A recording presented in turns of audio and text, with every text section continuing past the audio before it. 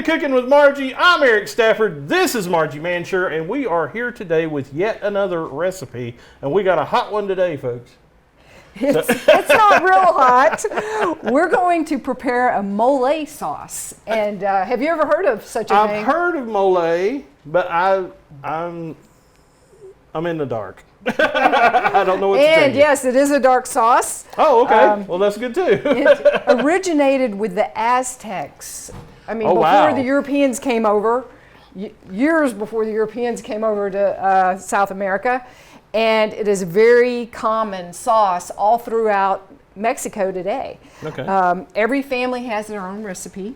Oh. They can be very complex. Usually they're made with lots of different types of chilies, some nuts, different types, spices, fruit, and the one we're going to make today is called a mole poblano, and it has the special ingredient of chocolate or cocoa. Oh. Now, most moles do not contain chocolate? Some of them don't, but the type that's most famous in the United States does. Okay. So we're going to go with that one. And we can use this sauce on any type of protein, basically. You could use it in chicken, pork, shrimp, any type of shredded protein. Oh, okay. And then we can put it in on our nachos and our tacos, make enchiladas, whatever we want. Okay. All right, so you ready to get started? I'm ready to get started. Okay, so I've got my pan heating up here. I'm going to start out like I usually do with a little bit of olive oil. Yeah. You could use any type of vegetable oil, maybe 2 ounces. I'm going to make enough for around 8 portions. So you can always freeze this sauce. So if you don't need that much, pop it in the freezer, you'll have it for later. Oh, okay. So I have 1 medium onion that I've chopped up. So we'll go ahead and saute that for just a minute. And to that, I'm going to go ahead and add my spices. Okay. So instead of cooking up all these chili powders, or chilies, I'm going to use chili powder. Yeah. They've already cooked them up, made it into a, it's already. It is very simple this way. So I'm going to do 1 tablespoon of this chili powder. So that's a lot. It's true, and I'm going to add even more. I'm going to add a teaspoon. 1 tablespoon plus 1 teaspoon.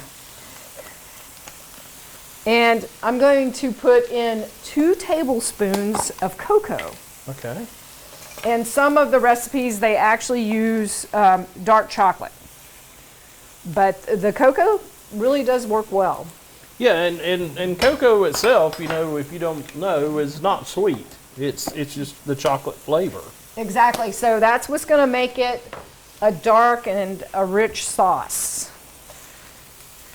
And typically the moles, they'll have some of the warm seasonings like nutmeg, maybe cloves, cinnamon. So we don't want to leave that out. So I'm going to use some allspice. Oh, okay. And that way that kind of cuts down. It has a really nice depth of warm flavor. Got them all. A 1/4 teaspoon of allspice, and then a 1/2 teaspoon of the cinnamon. Smelling pretty good, isn't it? Oh, yeah. Oh, yeah. And of course, we have to have a little garlic. Oh, yeah. So I have 4 cloves of garlic. I've already just smashed those up. Okay. And I'm just going to go ahead and toss those in. Okay. So very fragrant. So I'm going to continue to add some seasonings. I'm going to use 3 ounces of soy sauce. Oh, okay. And I don't think that's in most of the recipes I've seen in Mexico, but that's going to add some good flavor, and that'll take care of our salt, right? Yeah, definitely. 2/3 cup of tomato. Okay. And tomato, you could use the canned. I just drained it, or you could chop up some fresh tomato if you had it. And I've got 8 prunes for my fruit. And wow, prunes, I'm getting the spice smell over here now. Yes. It does smell so good. The prunes are going to add just some dimension, right? Oh, okay. Okay, what else? What else should we add to this, Eric? Oh, we have to have nuts. Oh, okay. Now, I've seen recipes where they use, I've just got 4 tablespoons of peanuts, but some of the recipes use hazelnuts. They may use almonds, pumpkin seeds, all kinds of things. So like I said, this is kind of an abbreviated, simplified mole sauce, and it's really worth making. You'll see. You'll see. I believe you. So yeah, you're right. We'll be tasting like, this soon.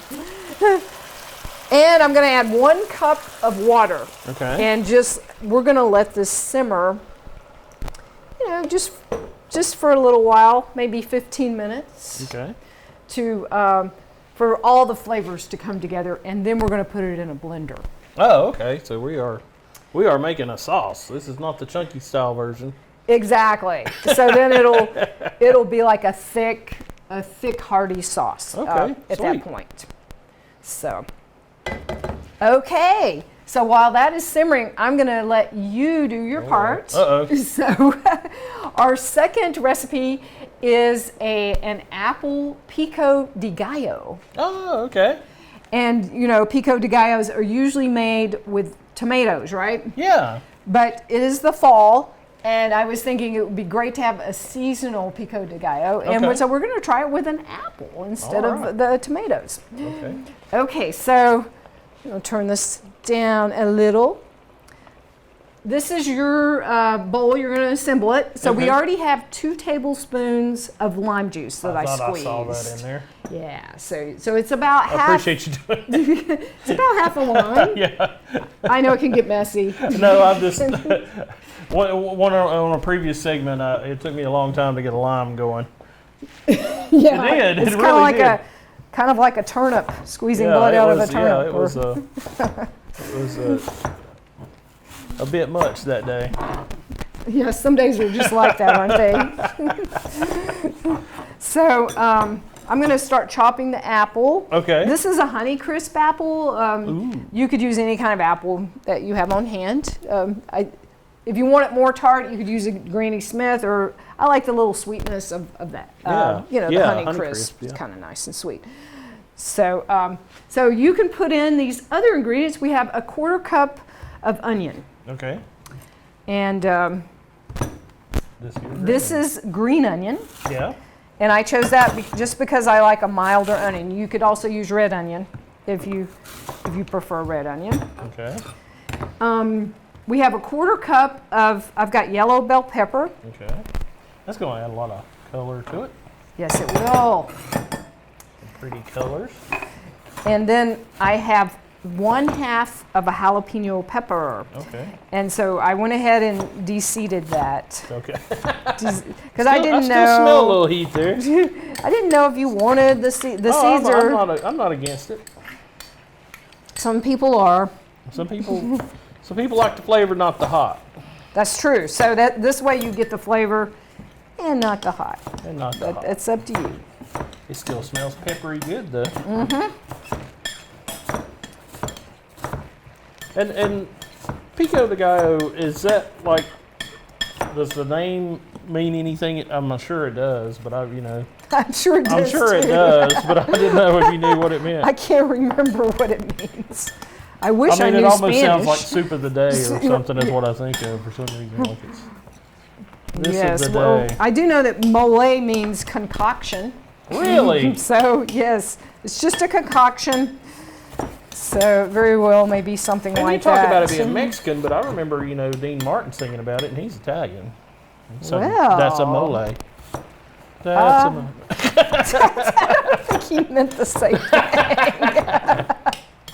I I got it. Oh, well, that was Dean Martin. I didn't know where that came from. That's my bad dad joke of the segment. Yes, you always have to throw one of those in. Yeah, I got to get that in there. Let's see, what else do we have here? We have some parsley, it looks like. Oh, that looks like parsley. However, it is cilantro. Cilantro. Yes, like you also have to. known as south of the border parsley. Exactly. And it's got, it's got a tang to it. It really does. It seems like it's in a lot of the Mexican dishes and cilantro, also in Indian food. And you get a bunch. When you go to the grocery store, they give you a ton. Right. I mean, they really do. It's like a big bunch, and it's like, I was just going to make a little bit, You have to figure out what to do with it. Yeah, or freeze. I guess you can freeze it or dry it or something. I don't know. Well, I have been told that you can make a pesto out of the cilantro. Oh. Yes, use sort of a drier type of Mexican cheese with it, and use walnuts for your nut. Okay. And little garlic, and then you can always freeze the pesto.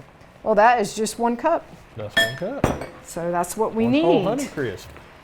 And we need about a teaspoon of this cilantro. Okay. And you're going to do a chiffonade? Is that how you call it? Well, they're kind of small leaves, so I think I will just chop them the best that I can. Okay. 1 teaspoon. The challenge is getting plucking those off of the vines here. Yeah. You don't go with the vine bit? Well, you could. I mean, it's nicer that you don't, but Some, yes, you can use some vines, and that works out okay. But it can be a little more bitter than the leaf, I guess.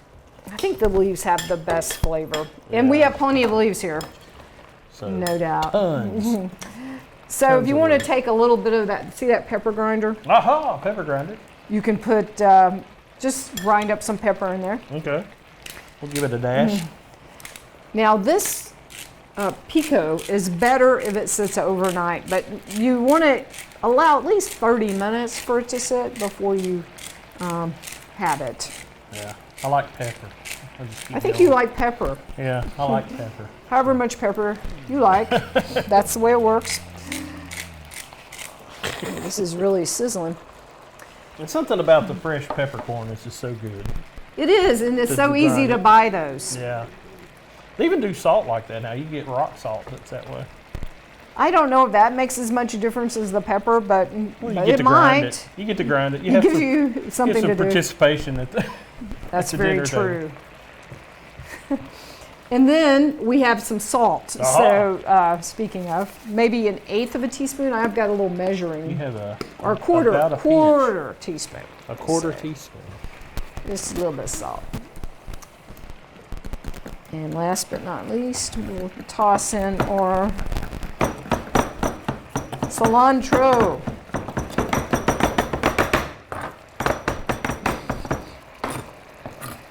Let's try to get that Pinch of salt. kind of a small chopped. Always works best if your knives are sharp. That thing's sharp. Sometimes they get dull fast. You really have to keep on top of them. Okay. This knife here will cut the white off rice. I'm serious. Did you do that once? This thing's sharp. All right. So watch out of my way. I'm just going to put all that in there. All right. That's all right. That is it. That is our ingredients for our pico. For our pico. So very much the same as traditional, except we use the apple. And it smells traditional. You smell that cilantro, and it's like, wah wah. Ooh, here we go. It's a nice way to, after you go to visit your apple orchard, another thing you can do. Yeah, it's that time of year. Take the hayride, get the bag of apples. Exactly. Do the whole apple festival thing. Okay, I think this has simmered long enough. All right. So I'm just going to put this in a blender. All right, so we have blended our mole. And now we're just going to toss it in. I've already cooked my chicken. So I have 4 cups of chicken. Aha. And you could easily use a rotisserie chicken. Yeah, that would be handy because you pick those up at the store. Exactly.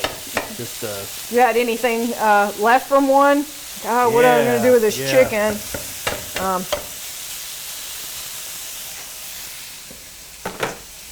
So we just pretty much heat this through. It's so simple. Oh, okay. And our still warm mole, so that'll help. That's true. I think that this 4 cups is going to absorb all of this sauce. It probably is. But, I mean, like I said, if we had too much sauce, you can put it in the refrigerator for later, or put it in the freezer.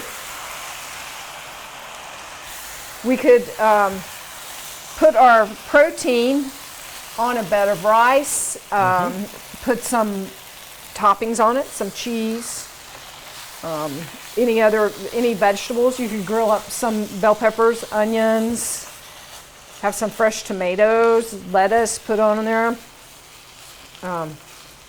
Do the same thing with the tacos or the nachos. It's almost like a shredded barbecue kind of thing. It looks like it, doesn't it? Looks like a barbecue. It's a very nice dark sauce. So, very moist, really moistens it. So if you have some meat that's a little bit dry, this is another thing you could do with that. Okay, so that's it looks like another low and slow kind of thing. You do it low and slow. If you had a party and had a spread with this in a crock pot, people could put other things. They could put it all together, whatever they liked. That would be a lot of fun. Okay, so we're going to use little chips today. We got some nachos. We're going to make nachos. Got some blue corn nachos, I see. Yes. So I really think the tacos would be good. But this will be nice too. I like blue corn nachos. They don't taste any different. They're just blue. That's true. I haven't really noticed a difference. Yeah, I haven't noticed any difference. They might be a little coarser. It's maybe a little harder chip, but I'm wondering if they have more nutrition because of the color. I don't know. You would think that they might, but I have not investigated that. They look more Smurfy. Smirky. A little Smurf blue. Okay. All right. So there's that. So now I brought some cheese. Okay. And actually I made some of this up last night, so it tastes better if it's sat for a little while. Just had a little time. Yeah, just had a little time to, I was kind of bored. mix. So I made that last night. So whatever kind of cheese that you like. Yeah. And then our salsa. Or whatever you have. This is our Pico. You could even use a canned salsa if you didn't have time to make. Yeah. Make this. All right. Wow, that looks pretty good, huh? It does look good. Lunch is served. Lunch is served. And another great dish. So it looks great. Okay, well, I look forward to seeing what you think about it. I've already had it before. I think it's really an awesome recipe. So I hope you all try it and enjoy it.